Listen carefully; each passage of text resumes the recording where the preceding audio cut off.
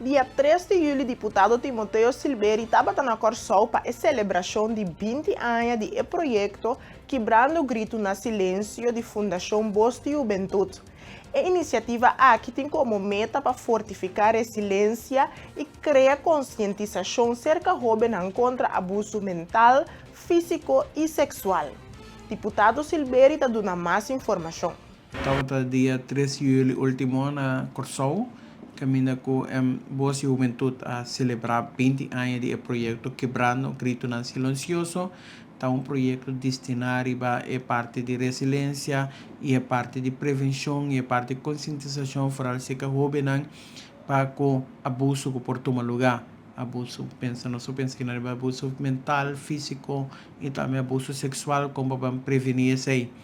Dentro do quadro de celebração de 20 anos do projeto Quebra Grito na Silencioso, Voz de Juventude firma acordo na novo com diferentes partners e está prazer para estar presente junto com o Centro Acesso, a senhora Maidelin Roy Martin, que estava presente como diretora de acesso, que firma na nome de acesso para Bonaire também está parte do projeto de Quebra Grito na Silencioso. Essa aqui também ajuda nós para nós criar programa e material netamente destinado a jovens, muito homem e muito mulher, como está mais resiliente e como está mais consciente de abuso que está passando e vai ajudar para isso aqui, vai ajudar a quebrar círculo vicioso e vai ajudar para nós prevenir que o abuso está tomando lugar em nossa comunidade. Ano passado, Centro Acesso e Fundação Voz de Juventude de Corsol a organizar a conferência Quebrando o Grito na Silencioso para prevenir abuso sexual, mental e físico cerca de jovens. A iniciativa a criar conscientização, brinda hermente e dar uma vítima voz para proteger o bem-estar de juventude na Bonaire.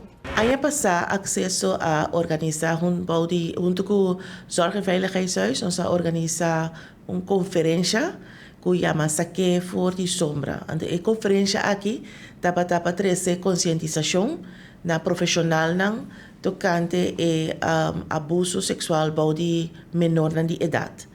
A conferência estava para nós mesmos por awak que está passando na maneira bem mais consciente e na conferência aqui também nós invitamos a Voz de Juventude que explica que está sendo o último ano na Corsol. Então, por isso, em 93, nós estamos trabalhando na Corsol, junto com diferentes escolas, junto com muitos de barrio, nós estamos trabalhando e conscientizando e muitos que está abuso sexual e como evitar isso aqui.